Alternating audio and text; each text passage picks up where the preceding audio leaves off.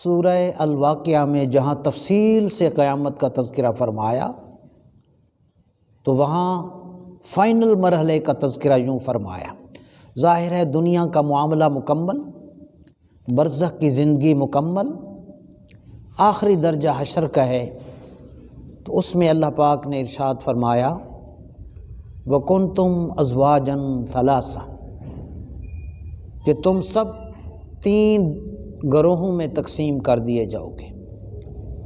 فَأَصْحَابُ الْمَيْمَنَةِ مَا أَصْحَابُ الْمَيْمَنَةِ، داہنے ہاتھ والے جن کو نامہ اعمال دائیں ہاتھ میں دیا جائے گا، فرمایا وہ داہنے ہاتھ والے ما اصحاب المیمنہ، ان داہنے ہاتھ والوں کی کتنی بلند شان ہوگی۔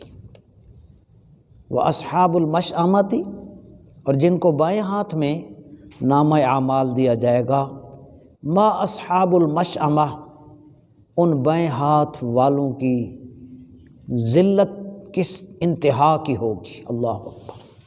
تو ان 2 درجوں کے بعد بے نیاز نے ایک تیسرے درجے کا بھی تذکرہ فرمایا جس کی طرف توجہ آج ضروری ہے۔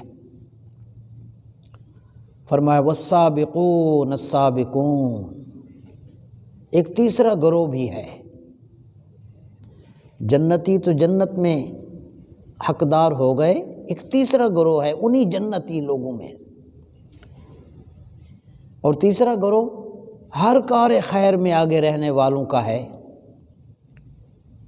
اولئک المقربون، 2 مرتبہ السابقون آیا، تیسرا گروہ ہر کار خیر میں آگے رہنے والوں کا، السابقون، وہ اس روز بھی آگے آگے ہوں گے، اور ہوں گے کہاں؟ اولئک المقربون فی جنات النعیم، وہ عیش و سرور کے باغوں میں ہوں گے۔